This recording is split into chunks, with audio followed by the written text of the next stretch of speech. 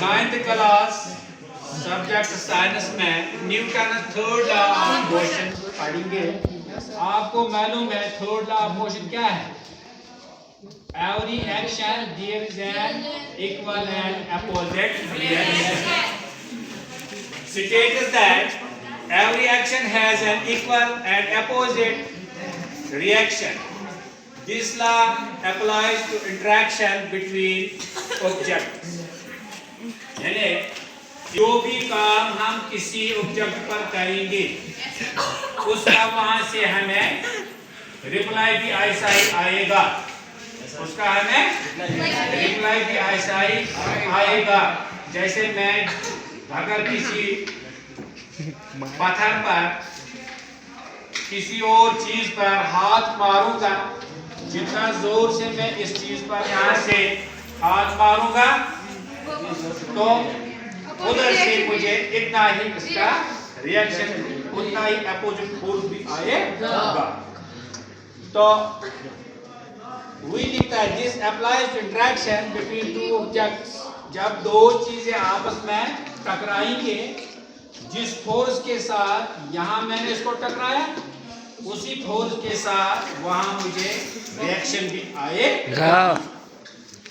Mathematical formula इसका बेटा ये है, for every action force there is an equal and opposite reaction force. यानी हर एक ताकत के साथ उतना ही ताकत हमें वापस भी मिलता है, उतना ही ताकत हमें वापस भी वहां से मिलता है।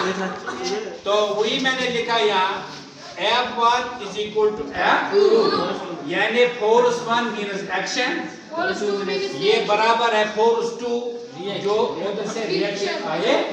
यानी जो मैं काम करूंगा उधर से मुझे उस wire F1 stands for force of action, F1 काम को जाहिर करता है और F2 stands for force of reaction, और जो F2 है वो उस चीज को दिखाता है जिस पर हमने ये फोर्स अप्लाई किया और वहां से वही फोर्स हमें वापस मिलता है।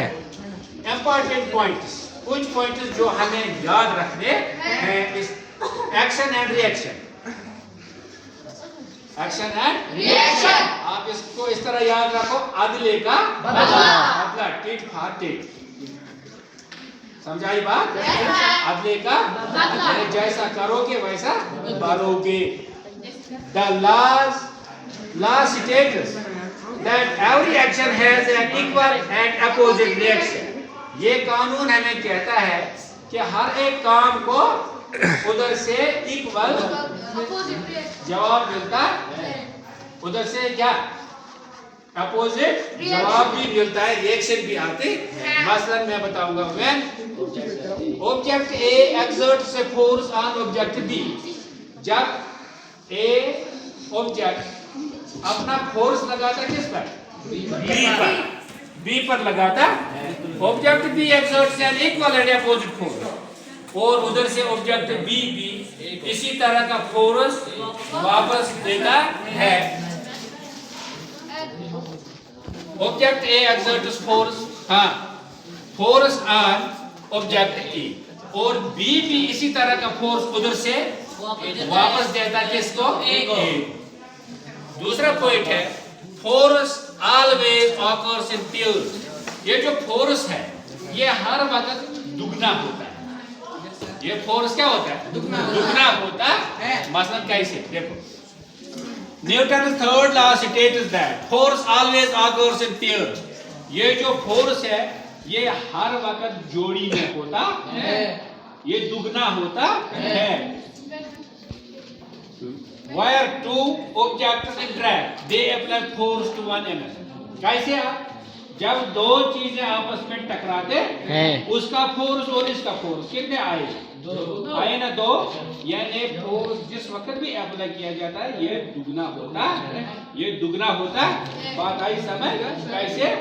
जैसे मैंने इस बेटे पर एक्शन की, जितना मैंने की इतना इसको भी जोर है, ये कितना धक्का ये वापस देगा।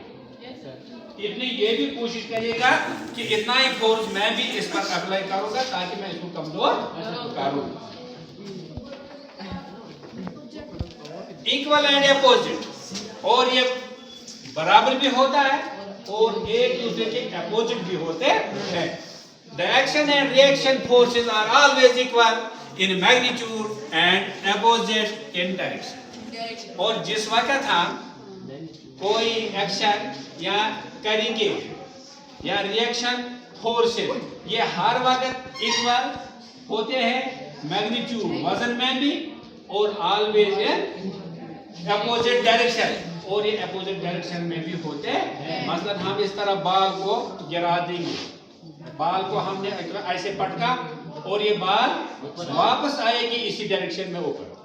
यहाँ से हमने ये एक्शन की, वहां से उधर से वो रिएक्शन आती है।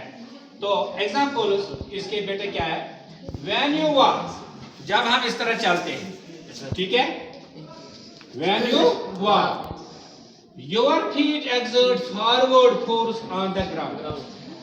आपके जो ये पैर हैं, ये कौन सा फोर्स लगाते हैं, फॉरवर्ड, आगे जाने के लिए हम ऐसे, है ना, हमारा फोर्स आगे होता है।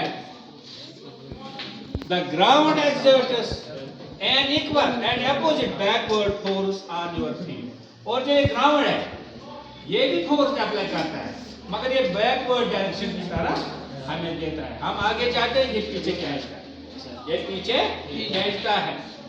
इसी तरह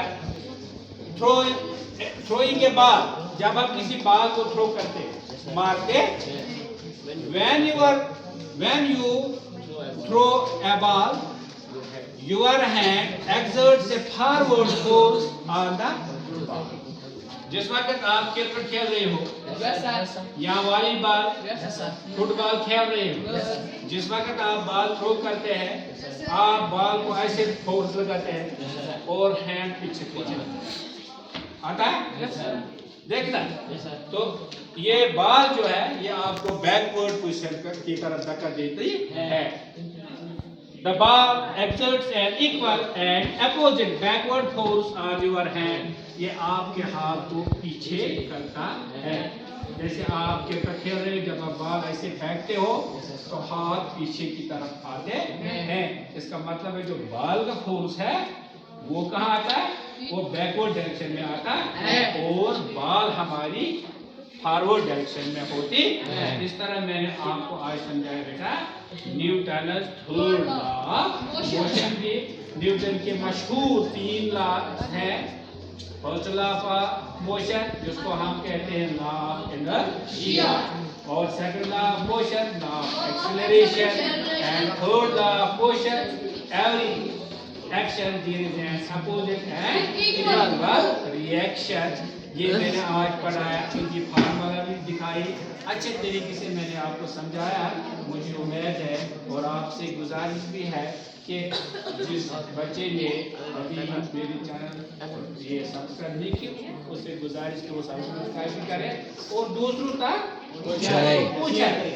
मुझे इसमें कोई जरूरत नहीं, इसमें आप भी किसी बच्चे को मदद करोगे पढ़ाने में, तो उसी के साथ मैं आपसे रुखसत लेता हूँ। खुदा हाफिज़।